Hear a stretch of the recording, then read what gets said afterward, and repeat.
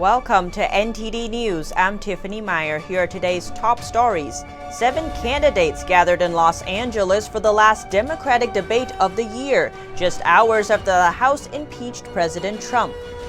House Speaker Nancy Pelosi is holding hostage the articles of impeachment. She says she won't send them to the Senate until she considers the Senate trial fair. A recent review of PG&E suggests that persistent problems were in place before the power outages this fall. This comes in contrast to the company CEO's claims that they had it figured out. And the latest intruder at President Trump's Mar-a-Lago resort appeared in court yesterday. She pleaded not guilty to loitering or prowling and resisting arrest.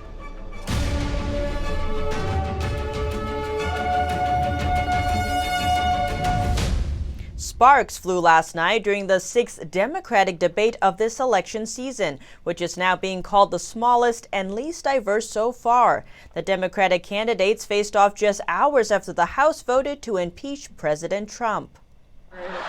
For the final time this year, the smallest group of Democratic presidential hopefuls shared the debate stage spotlight.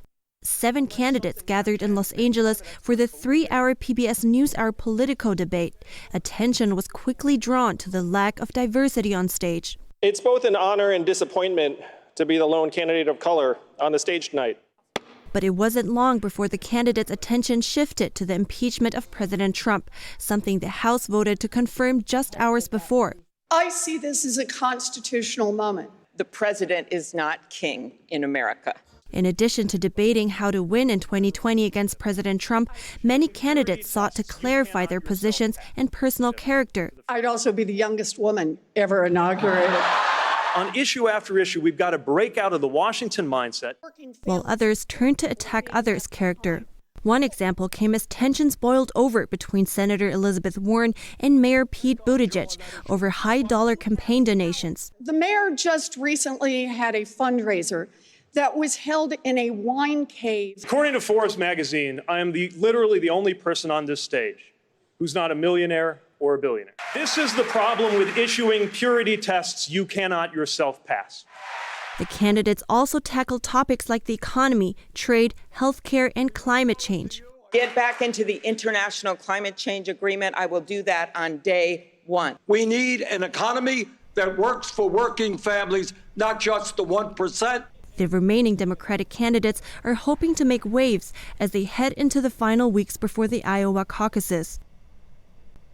The Suffolk County District's Attorney's Office plans to announce criminal charges today against members and associates of the violent street gang MS-13. The indictments include drug trafficking, weapons sales, gang violence, and murder conspiracies. The crackdown on 96 members and associates of the gang make it likely to be one of the biggest in New York State history. MS-13 was founded by gang members from El Salvador. It is thought to be responsible for several brutal murders and assaults on eastern Long Island. And House Speaker Nancy Pelosi is delaying sending the articles of impeachment to the Senate after the House voted to impeach President Trump.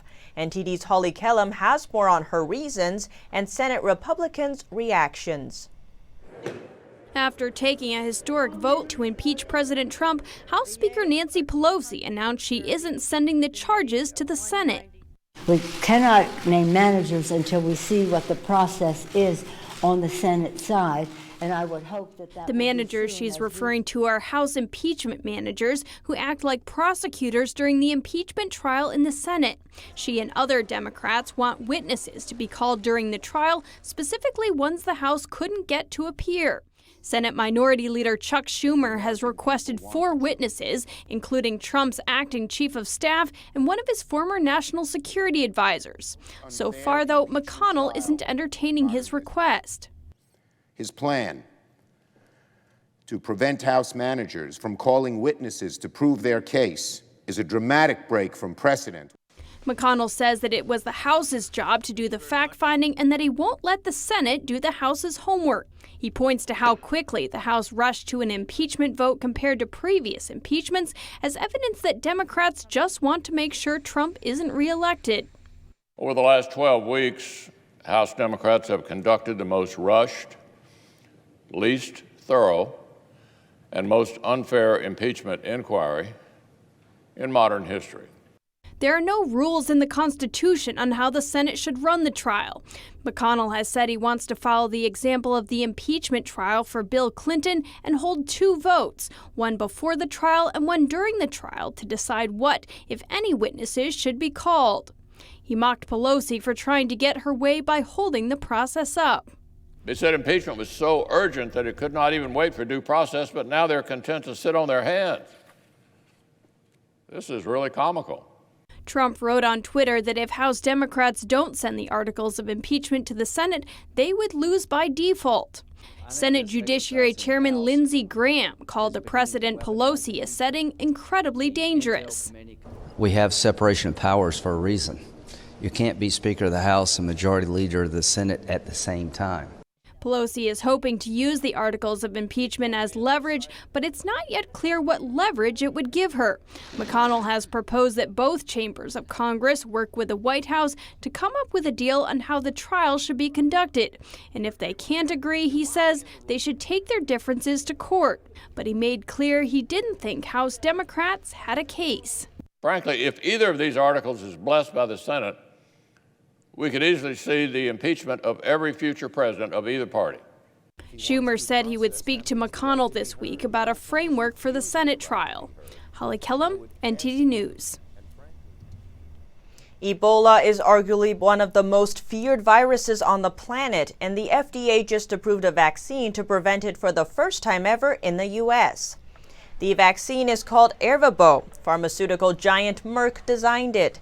Ebola cases in the U.S. are rare, typically involving healthcare workers who treat the infected or infected people traveling into the country. The Zaire strain of the deadly virus has killed upwards of 2,000 people in the current outbreak in the Democratic Republic of the Congo. Deaths in the 2014 outbreak in West Africa surpassed 11,000. And the U.S. says new evidence and analysis of weapons debris recovered from an attack on Saudi oil facilities on September 14th shows the strike likely came from the north, supporting its earlier call that Iran did it.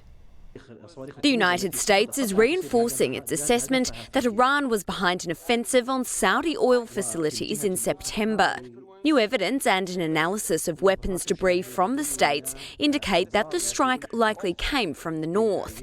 In an interim report of its investigation, ahead of a presentation on Thursday to the United Nations Security Council, Washington assessed that before hitting its targets, one of the drones traversed a location approximately 124 miles to the northwest of the attack site. However, the report noted that the weapons analysis did not definitely reveal the origin of the strike that initially knocked out half of Saudi Arabia's oil production. The United States, European powers and Saudi Arabia blamed the attack on Iran. Yemen's Houthi group claimed responsibility for the attacks, and Iran, which supports the Houthis, denied any involvement. Yemen is south of Saudi Arabia. A review into California's Pacific Gas and Electric suggests the utility company was not prepared for the power shutoffs this fall. But the company's CEO said yesterday its earlier preparation had gone well. The planned power outages affecting millions of people have raised questions because of the trouble they caused. For some, losing power is a matter of life or death. All of this depends on electricity, and I need it 24 hours a day. So, to have the power outage, it's like cutting off my life support. California's utility company conducts planned power outages during high winds to prevent wildfires sparked by power lines that have fallen down.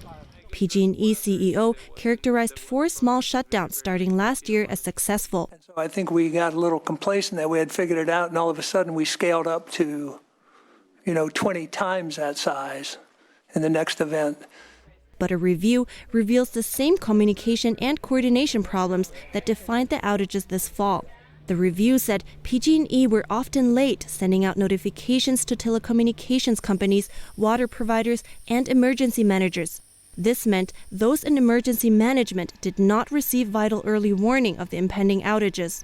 Emergency responders had to wait to receive maps of where the outages were taking place. Important information was delayed, like the addresses of medically needy customers.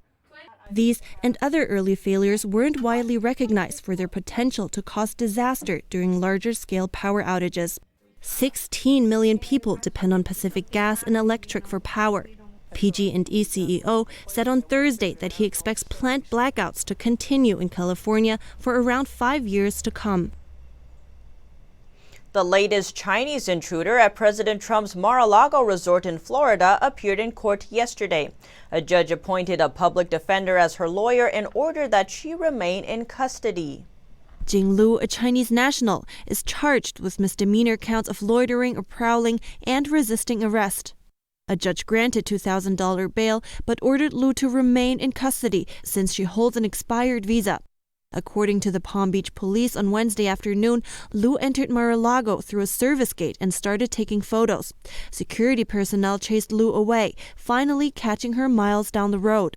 Lu's arrest follows that of another Chinese national, Yu Jingzhang, who gained access to Mar-a-Lago in March. Zhang was found guilty in September of trespassing and lying to Secret Service agents. She was sentenced last month to time she has already served. The latest breach is raising serious concerns about a pattern of security failures at Trump's private residence. Canadian Prime Minister Justin Trudeau yesterday called on the U.S. government to secure the release of 2 Canadians before signing off on the U.S.-China trade deal. The 2 Canadian nationals were picked up separately in December 2018 by Chinese police. Shortly before, police in Vancouver arrested an executive of the Chinese telecoms company Huawei on a U.S. arrest warrant. Trudeau said Canada has been working with the U.S. to convince China to release the 2 businessmen. He said that the U.S. should not sign a final and complete agreement until this matter is resolved.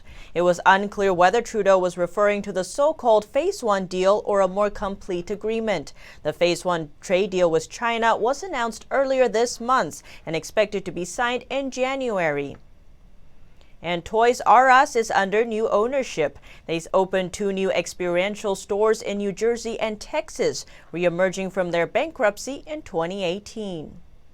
True Kids Brands is the new parent company of Toys R Us. Its CEO Richard Berry said they opened just over a week ago, and the response from customers has been fantastic. Well, we've been given an extraordinary opportunity to take a storied, iconic US brand and reimagine it and rethink it in multiple different ways. Berry also said the customers really enjoy the hands-on experience they're getting and the fact that the design of the store is all about interactivity from start to finish. They have made the store smaller to be in the malls. But we also knew that by using technology, we could offer customers a huge assortment, but really take the opportunity to curate what we have physically in the store. Some customers say they miss the excitement of a toy store, and some say buying online can result in gifts their kids don't really like. So it's nice to come in where they could try new stuff and see things they actually like, and then instead of maybe just buying it online because I find it cheaper or something. The new Toys R Us stores run about 6,500 square feet, much smaller than the original Toys R Us stores. Berry says they aim to grow the business slowly. People who knew the man who shot people at the entrance to Russia's Federal Security Service, or FSB, say he seemed normal. Security service agents searched the home of the man who shot people at the Federal Security Service headquarters on Friday. He lived in a Soviet-era block with his mother. He always looked neat, wore clean clothes, and he always said hello first. It was clear that he was a cultured person. A gunman opened fire on the FSB's main building in Moscow on Thursday evening. At least 1 FSB employee died and 5 other people were wounded. It is not clear what his motive was. We did not notice any weirdness in him, which could make you think that the person is able to do something like that. He was quiet, calm, and solitary. There has been no official confirmation of the identity of the gunman who the FSB said it had killed. But some Russian media, citing unnamed sources, have named the suspect as Yevgeny Manurov, a former private security guard. Up next, a potential US-UK trade deal has politicians wondering how to deal with different food safety standards. More on that when we return.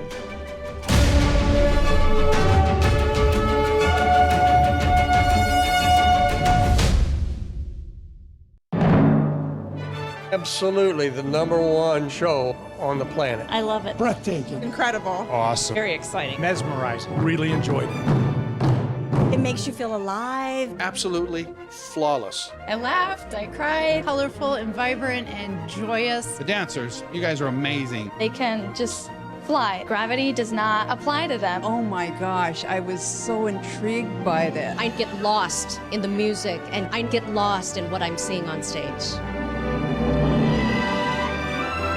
It's a very eye-opening experience. We came for her birthday. Great experience, well worth it. Even though it's been going for about 10 years, every year it's a completely different show. I know this sold out very, very quickly, and I can see why now. I think I've not seen something like this ever before. I would recommend it to everybody. I recommend it to everyone.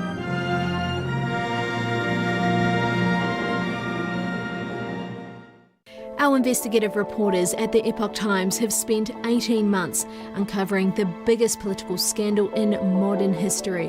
We connected the dots around Spygate, the actions by Obama-era officials against Trump's 2016 presidential campaign. Join me on Declassified as we bring you up-to-date developments on this unfolding scandal.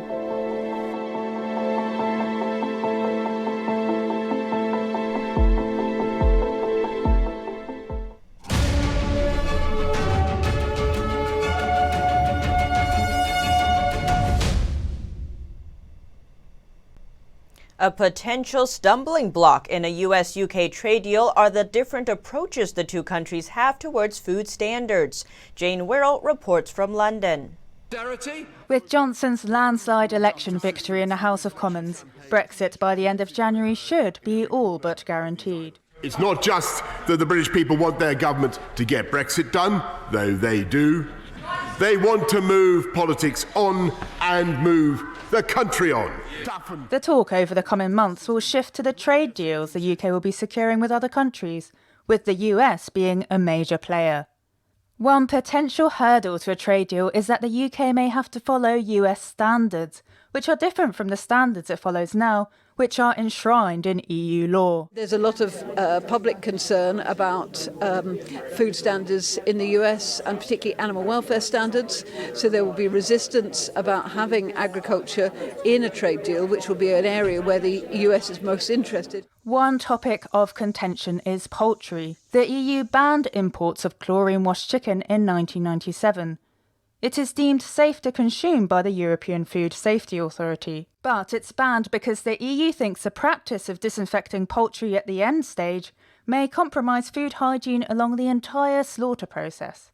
The UK and the EU agricultural sectors, they're pretty happy with the status quo and they'll want to keep that. The UK Department of International Trade said in a statement sent to NTD that the government is highly committed to negotiating and securing an ambitious free trade deal with the US and will not compromise on high standards of food safety and animal welfare. Experts say Johnson is looking at a very thin trade deal with the EU, giving him more space for a trade deal with the US. Jane Wirrell, NTD News, London. Australian Prime Minister Scott Morrison issued a rare public apology today and cut short a Hawaiian vacation in response to mounting public anger after 2 volunteer firefighters were killed battling bushfires sweeping the country's east coast. 2 volunteer firefighters have died battling Australia's uncontrolled bushfires. Their fire truck hit a tree before rolling over on Thursday, while 3 passengers survived. The New South Wales Rural Fire Service confirmed the deaths on Friday. There is a definition of hero out there, and these 2 absolutely line up to it, and we owe it to honour them, remember them, and focus on safety. The 2 deaths bring the death toll in the fires to 8. Australia faces record-breaking heat and drought. Those conditions have fuelled more than 100 bushfires across New South Wales and more along the east coast. 3 of them are edging into the major city of Sydney, which is struggling under a thick blanket of hazy smoke. Also on Friday, leader Scott Morrison issued a rare public apology. He says he'll return as soon as possible from a family holiday in Hawaii, a trip that sparked criticism and protests outside his home as the crisis has grown worse. Up next, thousands of Hong Kongers gathered outside a detention center demanding the release of arrested activists.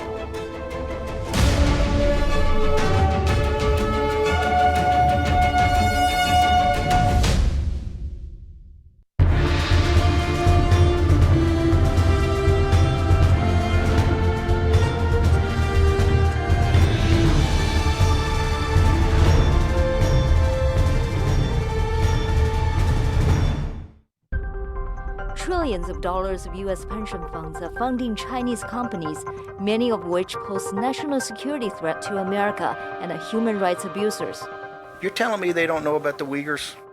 They do not know about the enslavement of the Chinese people? Sure they know. And they don't care. Almost all Chinese companies have two sets of accounting records. One is for internal use, the other is for the tax bureau.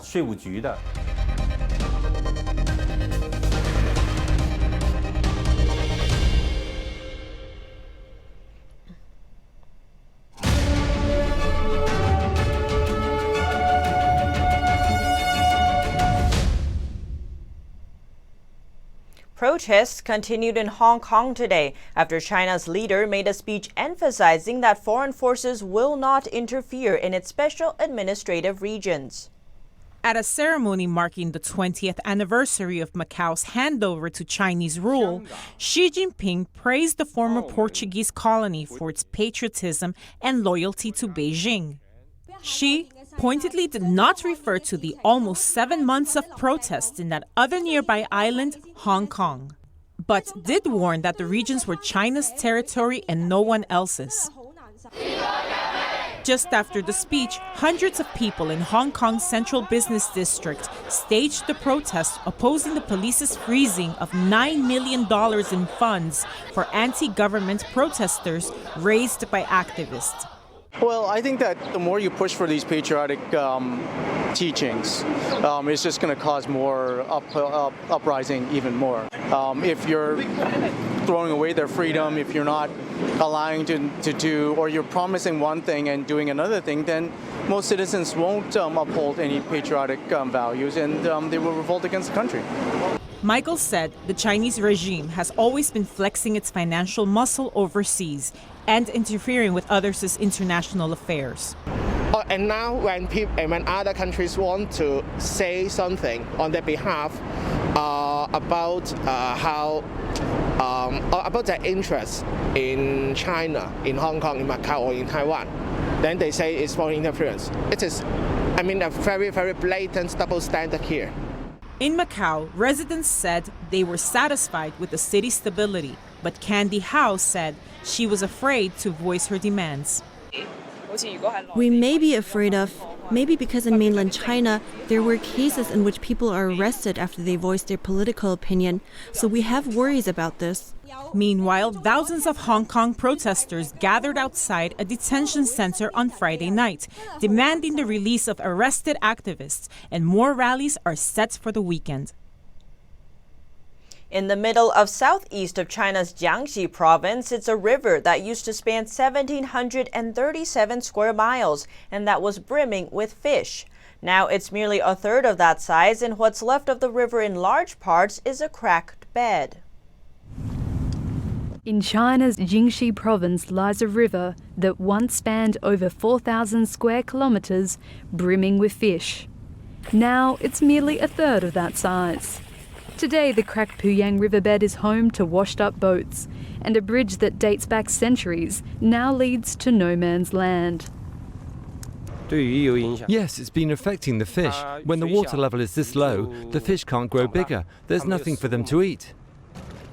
Fan Xinda, a fisherman, is sifting through the debris of the dwindling river for old copper coins. As residents fled invading Japanese troops 80 years ago, the coins were packed into wooden boxes and sent down the river on rafts. Many sank without a trace, but now they are being unearthed. It's mainly because there are no other solutions. Who wants to stand in a river and do this during wintertime? Next year, on January 1st, China will ban fishing in regions along the Yangtze, China's longest river. And by 2021, fishing throughout the Puyang itself will be prohibited for at least 10 years. Around 100,000 local residents depend on the river for their livelihoods. Many say they are being unfairly targeted. They blame the impact of the giant Three Gorges Dam upstream and sand mining. Yes, of course it impacts me. What can we do? It was built by the government. The Three Gorges Dam brings great disadvantage to us. The government plans to reduce mining, but many experts say the environmental damage is irreversible. Up next, fans flock to theaters in Hollywood for the latest Star Wars film. Hear from the late Carrie Fisher's brother and more after the break.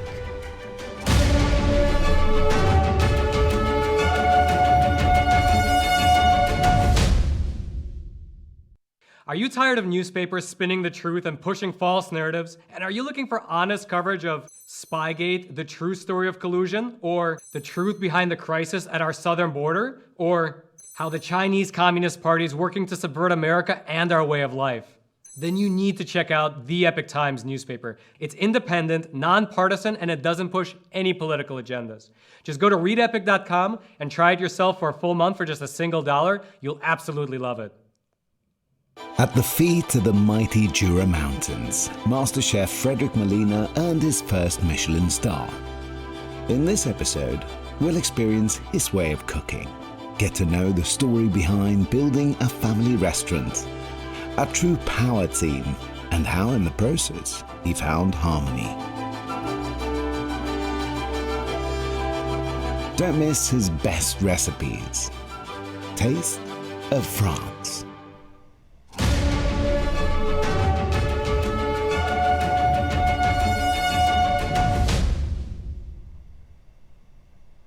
Lukewarm reviews didn't dampen the spirits of Star Wars fans in Hollywood as they flocked to theaters last night to take in the final episode of the Skywalker Saga, The Rise of Skywalker. Star Wars' ninth and final film is finally here, and theaters in Hollywood celebrated with various events. One of the events included a costume contest hosted by the late Carrie Fisher's brother, Todd Fisher. She appears in the movie by using footage shot for previous films. When asked about all the fans descending on Hollywood, Todd Fisher said, I feel her here because she's with all of her friends. I mean, she is one with her friends. My mother taught my sister and I long ago that who would you be without your fans?